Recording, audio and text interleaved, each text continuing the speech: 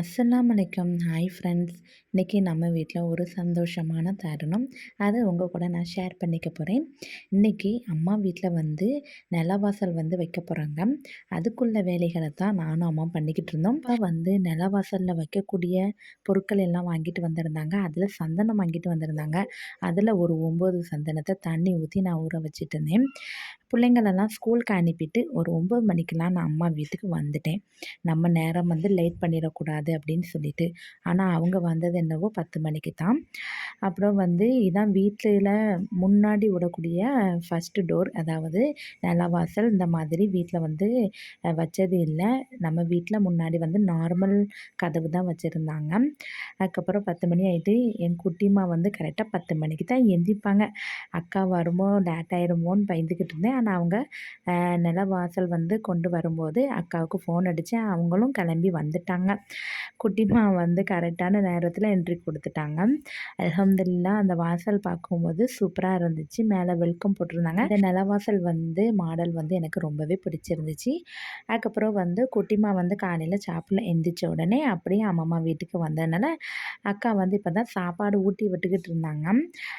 இங்கே அவங்க வேலைகள் பண்ணிக்கிட்டு இருந்தாங்க. நிலவாசலில் அந்த நிலையில் வைக்கிறதுக்கு அப்பா ஐம்பொன் வாங்கிட்டு வந்திருந்தாங்க. நான் அப்பா வீட்டை கட்டும்போது அங்கே வேலை பார்த்த கொத்தனார் சொன்னாங்க, இந்த மாதிரி வச்சா நல்லதுன்னு.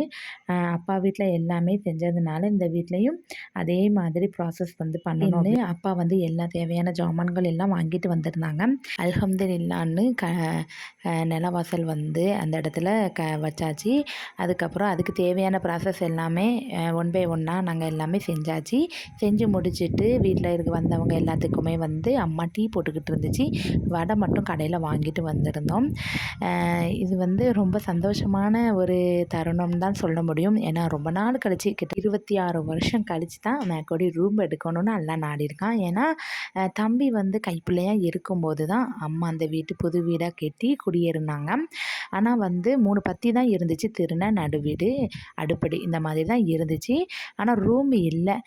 இவ்வளோ நாள் கழித்து தான் அந்த கனவு இல்லம் நிறைவேறுது. மேற்கொடி தம்பி வளர்ந்த பிறகு தான் ரூம் எடுக்கணும்னு இருந்திருக்கு.